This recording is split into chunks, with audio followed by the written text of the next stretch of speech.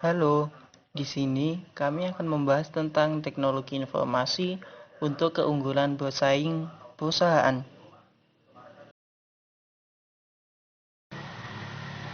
Sebelum kita mengenal lebih dalam tentang apa itu teknologi informasi untuk keunggulan bersaing perusahaan, kita harus mengetahui terlebih dahulu elemen-elemen yang ada di dalamnya. Elemen yang pertama yaitu sistem informasi manajemen, di mana sistem informasi manajemen adalah sistem perencanaan manusia atau mesin yang meliputi pemanfaatan manusia, dokumen, teknologi, dan prosedur oleh akuntansi manajemen yang kemudian digunakan untuk memecahkan suatu masalah bisnis atau pengambilan keputusan.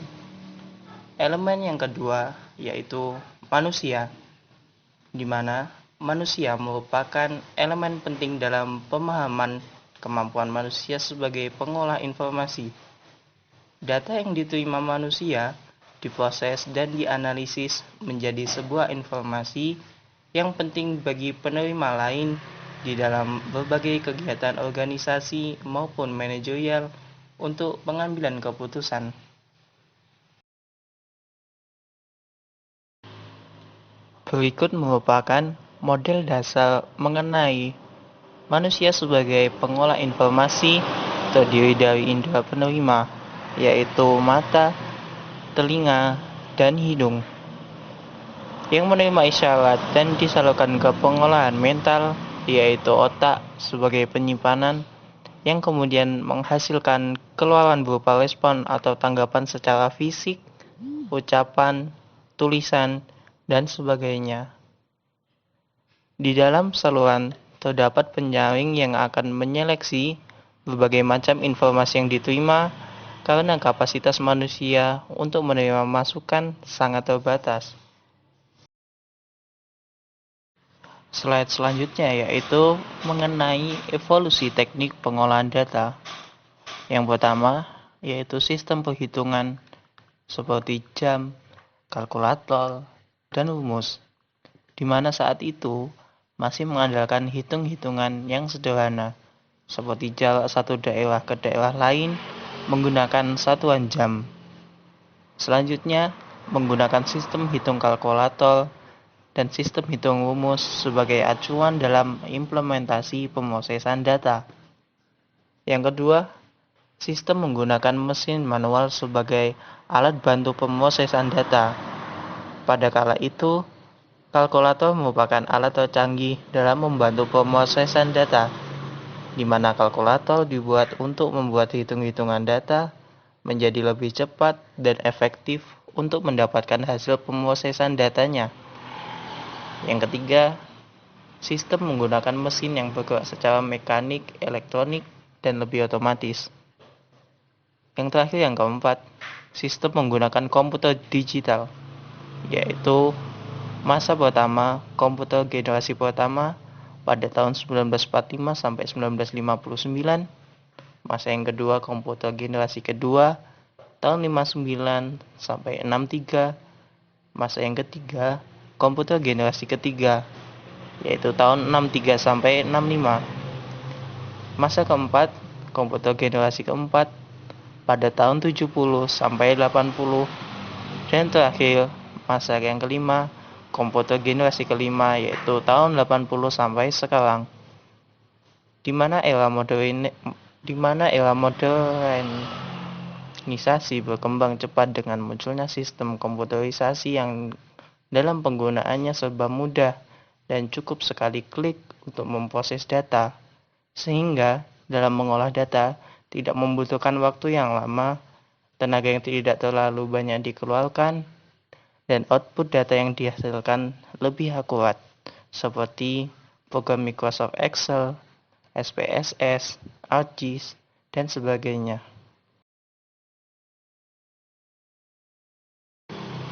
Selanjutnya, dalam dunia usaha, keberadaan sistem informasi sebagai salah satu komponen yang tidak dapat dipisahkan dari aktivitas perusahaan itu sendiri. Kedua domain ini memiliki tingkat ketergantungan yang cukup tinggi dalam membentuk karakteristik dunia usaha tersebut. Manajemen dalam menggambarkan hubungan kedua aspek tersebut, perusahaan sebagai penggerak atau drive terhadap sistem informasi bisnis, sedangkan informasi perusahaan akan menjadi penentu atau enabler kinerja perusahaan tersebut. Sebuah perusahaan memiliki komponen-komponen yang diperlukan untuk menjalankan operasional usahanya seperti sumber daya manusia. Sistem informasi terbentuk dari komponen-komponen perangkat keras atau hardware, perangkat lunak atau software, dan perangkat manusia, brainware. Dalam teori manajemen, untuk menjalankan sebuah perusahaan, strategi bisnis dan strategi sistem informasi harus saling mendukung sehingga dapat menciptakan keunggulan bersaing atau competitive advantage perusahaan yang bersangkutan. Jika dilihat dari perspektif makro, di luar perusahaan terlihat ada dua domain, yaitu perusahaan pesaing dan sistem informasi yang memiliki komponen yang sama. Selain itu, terdapat komponen pemerintah sebagai penyusun kebijakan dan peraturan perusahaan, masyarakat, dan lain sebagainya. Komponen perusahaan eksternal ini secara langsung maupun tidak langsung berpengaruh terhadap komponen perusahaan secara internal. Dari sisi sistem informasi, faktor eksternal yang ada adalah perkembangan teknologi, baik perangkat keras maupun perangkat lunaknya.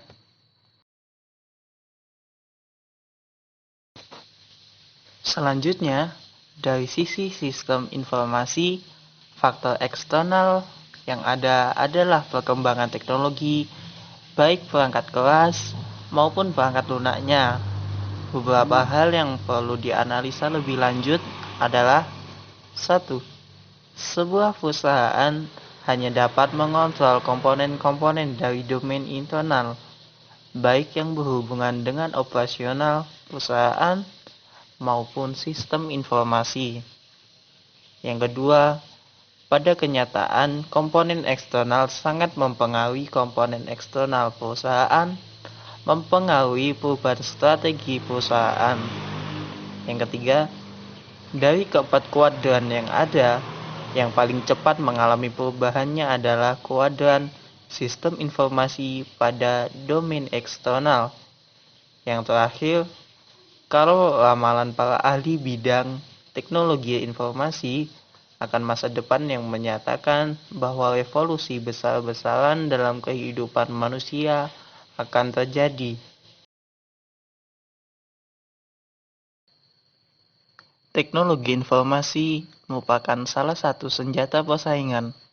Hal ini tidak perlu dilakukan lagi karena saat ini teknologi informasi telah menjadi salah satu alat untuk meningkatkan efisiennya aktivitas operasional perusahaan.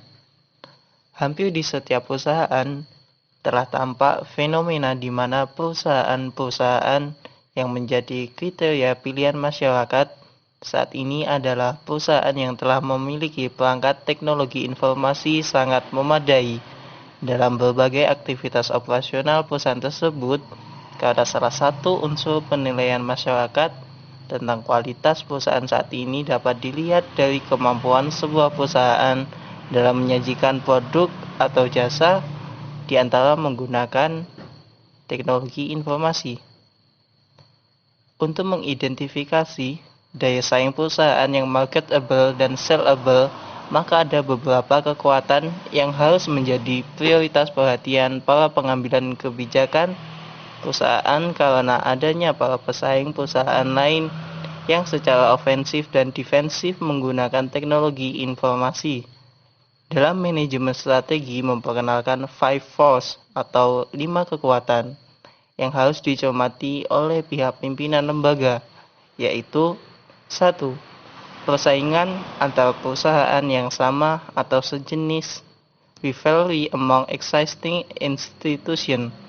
Yang kedua, ancaman dari perusahaan pendatang baru atau threat of new entrant.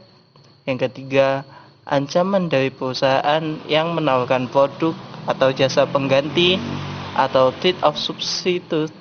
Yang keempat, kekuatan tawar-menawar pemasok atau bargaining power of suppliers. Dan terakhir, kekuatan tawar-menawar pembeli atau bargaining power of buyer.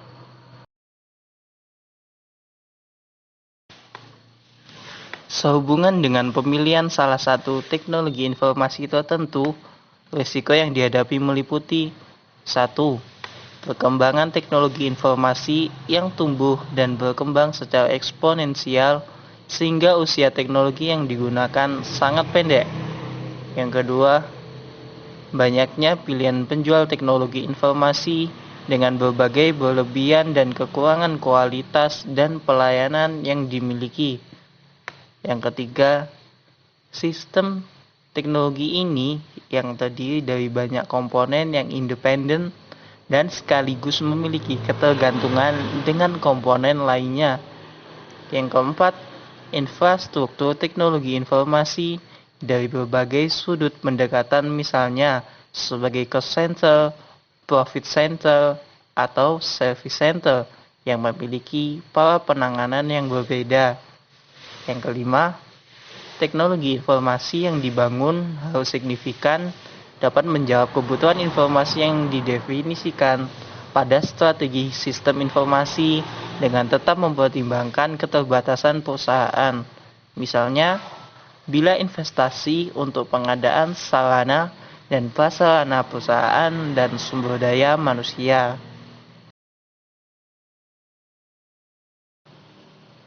Berikutnya, jaringan adalah sistem jalur komunikasi yang menghubungkan pengirim dan penerima menjadi organisasi sosial yang berfungsi. Jaringan ini mempengaruhi perilaku individu yang bekerja di dalamnya, dan posisi yang ditempati individu dalam jaringan memainkan peran kunci dalam menentukan perilaku mereka dan perilaku orang-orang yang mereka pengaruhi. Jaringan komunikasi merupakan faktor dalam situasi yang dapat bervariasi secara independen dari tugas atau gaya kepemimpinan dalam kelompok, meskipun biasanya erat terkait dengan itu. Ketika tugas membutuhkan jenis tertentu dari jaringan komunikasi untuk kinerja optimal, gaya pemimpin cenderung untuk menempatkan batasan pada frekuensi, durasi, dan arah komunikasi anggota sebagaimana sejarah perkembangan jaringan komunikasi.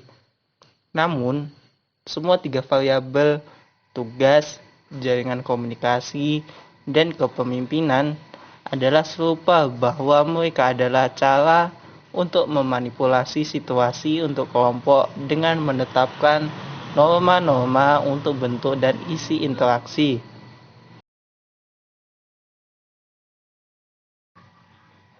Salah satu fasilitas yang ditawarkan oleh teknologi informasi dalam sebuah perusahaan adalah pembentukan jaringan komunikasi antar perusahaan untuk meningkatkan efisiensinya dan efektivitasnya. Secara integral, ada 3 jenis sistem yang ditawarkan kepada perusahaan untuk mengimplementasikan iOS, yaitu intranet. Intranet adalah sebuah jaringan privat atau private network yang menggunakan protokol-protokol internet untuk membagi informasi rahasia perusahaan atau operasi dalam perusahaan tersebut kepada karyawannya. Kadang-kadang, istilah intranet hanya merujuk kepada layanan yang terlihat, yakni situs web internal perusahaan. Untuk membangun sebuah intranet, maka sebuah jaringan haruslah memiliki beberapa komponen yang membangun, yakni protokol internet, klien dan juga server, protokol HTTP, dan beberapa protokol internet lainnya, yang umumnya merupakan komponen protokol yang sering digunakan. Umumnya, sebuah intranet dapat dipahami sebagai sebuah versi pribadi dari jaringan internet, atau sebagai sebuah versi dari internet yang dimiliki oleh sebuah organisasi. Yang kedua yaitu internet. Internet, kependekan dari Interconnection Networking, adalah seluruh jaringan komputer yang saling terhubung menggunakan standar Sistem Global Transmission Control Protocol atau Internet Protocol Suite sebagai protokol pertukaran paket atau paket switching communication protocol untuk melayani miliaran konsumen di seluruh dunia. Yang ketiga, extranet. Extranet adalah jaringan pribadi yang menggunakan protokol internet dan sistem telekomunikasi publik untuk membagi sebagian informasi bisnis atau operasi secara aman kepada penyalur atau supplier, penjual atau vendor, mitra atau partner, pelanggan atau consumer, dan lain-lain. Extranet dapat juga diartikan sebagai intranet sebuah perusahaan yang dilebarkan bagi pengguna di luar perusahaan.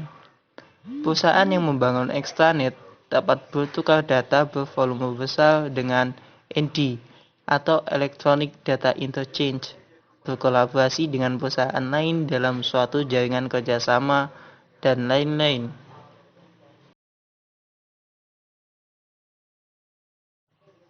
Selanjutnya, terdapat 3 teori jaringan dalam komunikasi organisasi. Yang pertama, jaringan pengelolaan informasi. Informasi adalah komoditas yang harus berpindah dari orang satu ke orang yang lain dan dari departemen ke departemen. Kedua, komunikasi adalah kegiatan yang mirip dengan kegiatan organisasi lainnya, yaitu penjualan pemasaran, keuangan, dan produksi. Sehingga harus ada departemen komunikasi dengan wewenang, tanggung jawab, dan anggaran untuk mengelola komunikasi organisasi. Yang kedua, yaitu teori jaringan fungsional komunikasi. Setiap sistem komunikasi organisasi adalah jumlah dari kelompok subsistem akan bermanfaat untuk mengetahui sesuatu tentang 4 subsistem komunikasi utama. Jaringan komunikasi fungsional adalah jaringan regulasi, jaringan inovatif, integratif jaringan, dan informatif edukatif jaringan. Masing-masing jaringan ini terkait dengan satu atau lebih tujuan organisasi, yaitu kesesuaian, addictiveness, moral, dan pelembagaan. Yang ketiga, yaitu teori dimensi jaringan komunikasi. Beberapa tahun terakhir ditandai dengan meningkatnya perhatian pada detail pekerjaan di suatu organisasi bisnis dan pola komunikasi dalam struktur tersebut. Oleh karena itu, 2 daerah yang harus diperhatikan adalah kategori utama untuk mengklasifikasikan tujuan yang berbeda dari jaringan komunikasi organisasi dan peran masing-masing anggota dalam organisasi.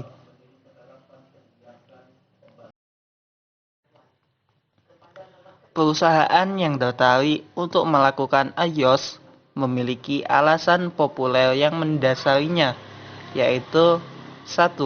Program baru atau new program, yaitu tujuan diadakan kerjasama antar perusahaan adalah untuk menghasilkan produk atau jasa yang baru.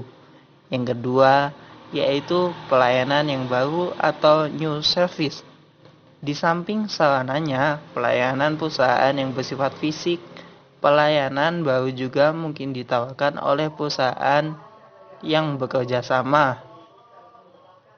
Yang ketiga yaitu efisiensi. Alasan mengadakan kerjasama antar perusahaan. Faktor penentu efisiensi adalah 1. Faktor teknologi pelaksanaan pekerjaan. Yang kedua, faktor struktur organisasi, yaitu susunan yang stabil dari jabatan-jabatan baik itu struktural maupun fungsional. Yang ketiga, faktor sumber daya manusia seperti tenaga kerja. Yang keempat, faktor dukungan kepada aparatur dan pelaksanaan baik pimpinan maupun masyarakat. Yang kelima, faktor pimpinan dalam arti kemampuan untuk mengkombinasikan keempat faktor tersebut ke dalam suatu usaha yang berdaya guna dan berhasil guna untuk mencapai sasaran yang dimaksud. Selanjutnya yaitu teknologi informasi sebagai aset utama perusahaan, yaitu aset sumber daya manusia.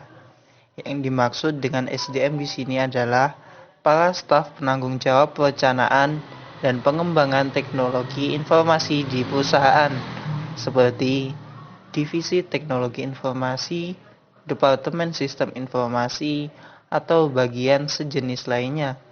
SDM menjadi sebuah aset utama jika mereka memiliki kompetensi untuk memecahkan masalah-masalah bisnis yang dihadapi perusahaan sehari-hari dan selalu mencari celah kesempatan dalam penggunaan teknologi informasi untuk kemajuan perusahaan melalui kombinasi aktivitas seperti pelatihan, pengalaman dalam bekerja, dan kemampuan manajerial dan kepemimpinan yang berkualitas. Staf teknologi informasi akan memiliki pengetahuan dan kompetensi yang dibutuhkan. Riset menunjukkan bahwa ada 3 dimensi utama yang harus diperhatikan sehubungan dengan aset SDM ini, yaitu keahlian teknis, pengetahuan bisnis, dan orientasi pada pemecahan. Dimensi yang pertama yaitu keahlian teknis. Kebutuhan akan SDM yang memiliki keahlian teknis sedemikian kritikal bagi perusahaan karena cepatnya perkembangan teknologi informasi yang terjadi. Terhadap teknologi baru yang terkadang masih belum terbukti kehandalannya dan tingkat efektivitasnya di perusahaan atau powerful multimeter. Seorang praktisi teknologi informasi harus dapat mempelajari kemungkinan diimplementasikannya teknologi tersebut di perusahaan, baik secara prinsip maupun teknis. Yang kedua, yaitu pengetahuan bisnis. Pengetahuan akan bisnis biasanya didapat dari interaksi antara staf teknologi informasi dengan pengguna atau users. Komunikasi intensif antara kedua kelompok SDM perusahaan ini akan membuat staf teknologi informasi mengerti mengenai apa kebutuhan bisnis dari fungsi-fungsi yang ada di perusahaan. Biasanya, komunikasi paling ideal dijalin antara mereka dengan para manajer lini. Dengan mengetahui proses bisnis yang terjadi sehari-hari, diharapkan para staf teknologi informasi selain dapat mengerti hal-hal yang sangat kritikal bagi perusahaan sehari-hari, yang bersangkutan dapat pula menghubungkan antara kemajuan teknologi informasi. Yang ketiga, orientasi pada pemecahan. Dimensi ketiga adalah karakteristik SDM yang berorientasi pada pemecahan masalah. Bukan hanya terbatas pada karakteristik SDM tradisional yang hanya terpaku pada tugas-tugas fungsional yang diberikan atau job description. Diharapkan bahwa tim teknologi informasi merupakan kumpulan orang-orang yang selalu berpikir secara kritis dan kreatif untuk memecahkan masalah sehari-hari. Tentu saja yang relevan dengan potensi mereka sebagai praktisi teknologi informasi. Kecepatan teknologi informasi sangat tinggi, sehingga sangat sulit bagi perusahaan menyusun strategi dalam mempertahankan eksistensinya dalam jangka panjang. Dalam hal ini, ada 3 hal kunci utama yang mendukung teknologi informasi yang dapat dijadikan aset perusahaan dalam jangka panjang. Yang pertama, sumber daya manusia. Sumber daya manusia harus bertanggung jawab terhadap pengoperasian teknologi informasi. Di samping itu, harus memiliki kompetensi untuk memecahkan masalah-masalah yang dihadapi perusahaan. Yang kedua, teknologi. Seluruh infrastruktur teknologi informasi dan komunikasi termasuk perangkat keras dan perangkat lunak dipergunakan secara bersama-sama dalam proses operasional perusahaan karena merupakan tulang punggung terciptanya sistem yang terintegrasi dengan biaya yang relatif terjangkau untuk biaya operasional, pengembangan, maupun biaya pemeliharaan.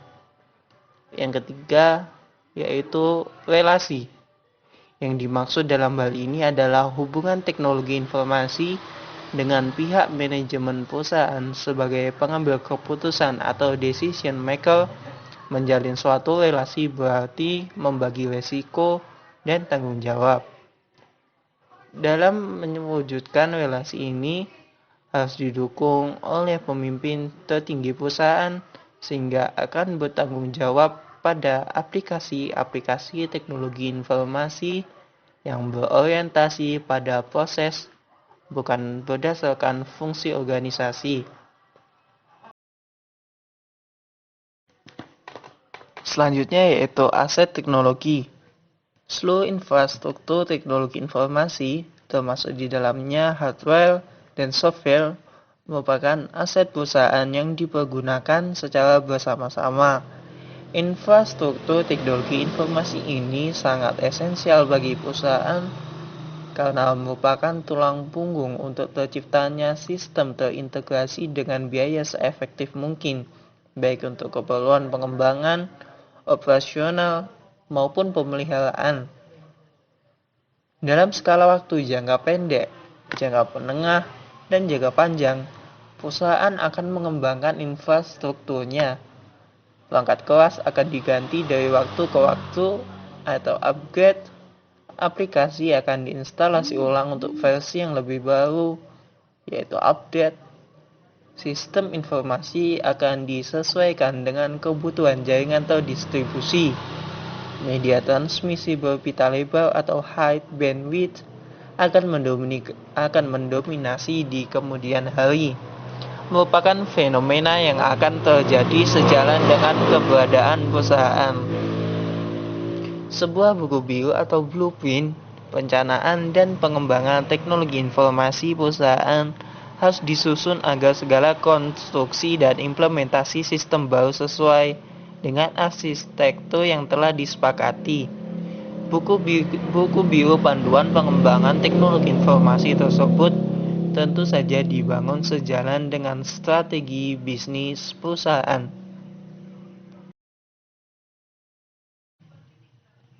Berikutnya yaitu aset relasi. Yang dimaksud dengan relasi di sini adalah hubungan teknologi informasi sebagai suatu entiti dengan manajemen pengambil keputusan. Menjalin relasi berarti membagi risiko dan tanggung jawab. Setidak-tidaknya ada dua manajemen senior yang harus menjalin relasi yang baik dengan teknologi informasi. Pertama adalah manajemen puncak yang menjadi sponsor proyek-proyek teknologi informasi di perusahaan. Biasanya yang tergolong dalam barisan ini adalah para anggota direksi atau direktur yang bertanggung jawab terhadap terselenggaranya proyek-proyek berbau teknologi informasi. Alasan memperoleh dukungan paling tidak seorang anggota direksi cukup jelas. Pada organisasi modern, penerapan aplikasi-aplikasi sudah berorientasi terhadap proses, bukan berdasarkan fungsi-fungsi organisasi lagi. Kedua adalah para manajemen puncak yang harus dapat memutuskan skala prioritas pengembangan dan implementasi teknologi informasi. We don't have all the money in the world, begitu kata orang bijaksana, yang artinya bahwa sumber daya keuangan perusahaan itu terbatas. Manajemen puncak harus dapat menyusun prioritas pengembangan berdasarkan skala kepentingan perusahaan. Tentu saja, hal ini harus pula dituangkan dalam buku biru panduan perencanaan dan pengembangan sistem informasi di perusahaan terkait.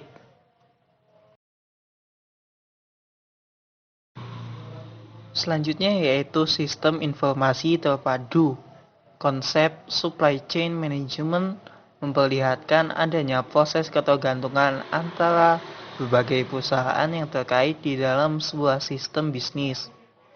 Semakin banyak perusahaan yang terlibat dalam rantai tersebut, akan semakin kompleks strategi pengelolaan yang perlu dibangun. Jika diperhatikan dengan seksama, di dalam sebuah perusahaan ada 3 aliran entiti yang harus dikelola secara baik, yaitu aliran produk dan jasa, aliran uang, dan aliran dokumen. Arsitektur sistem informasi korporat terpadu. Membangun sebuah arsitektur sistem informasi korporat terpadu yang baik dapat dimulai dari melihat siapa saja yang membutuhkan teknologi tersebut. Paling tidak, ada 4 orang yang membutuhkannya.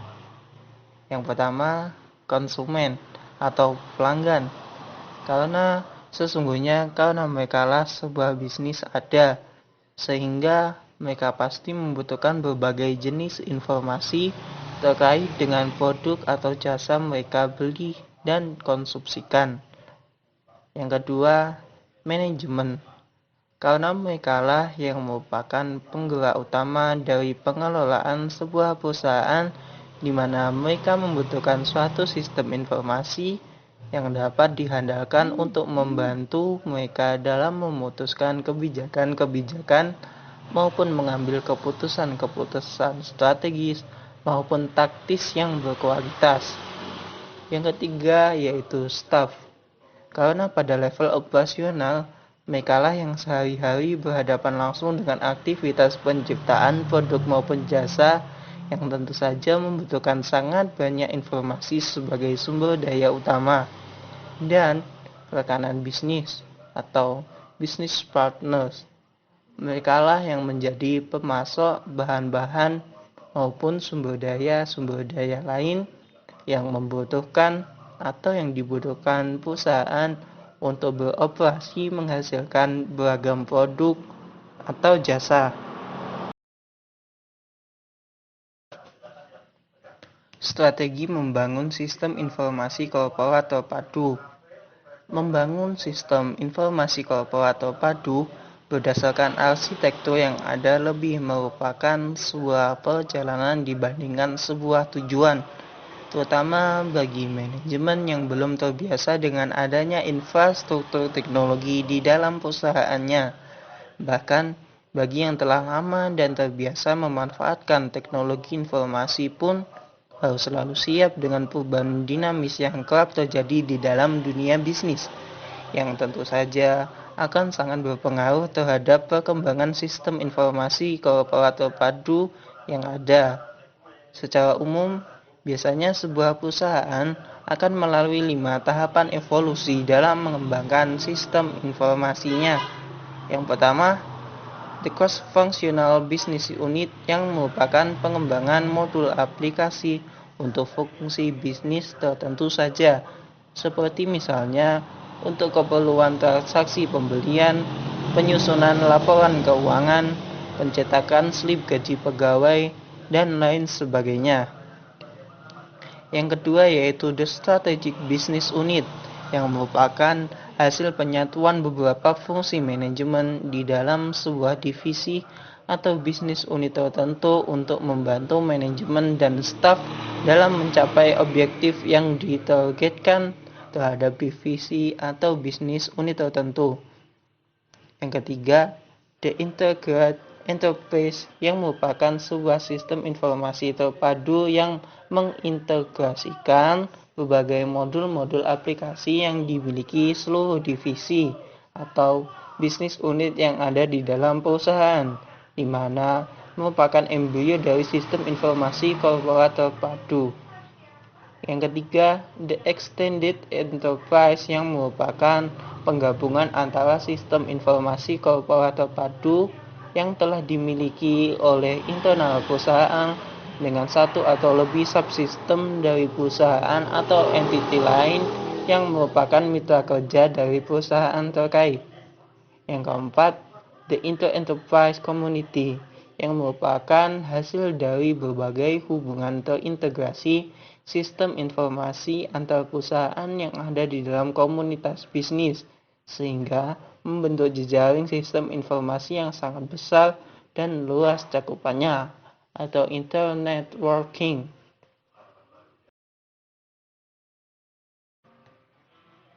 Teknologi informasi dalam menjalankan perdagangan e-commerce.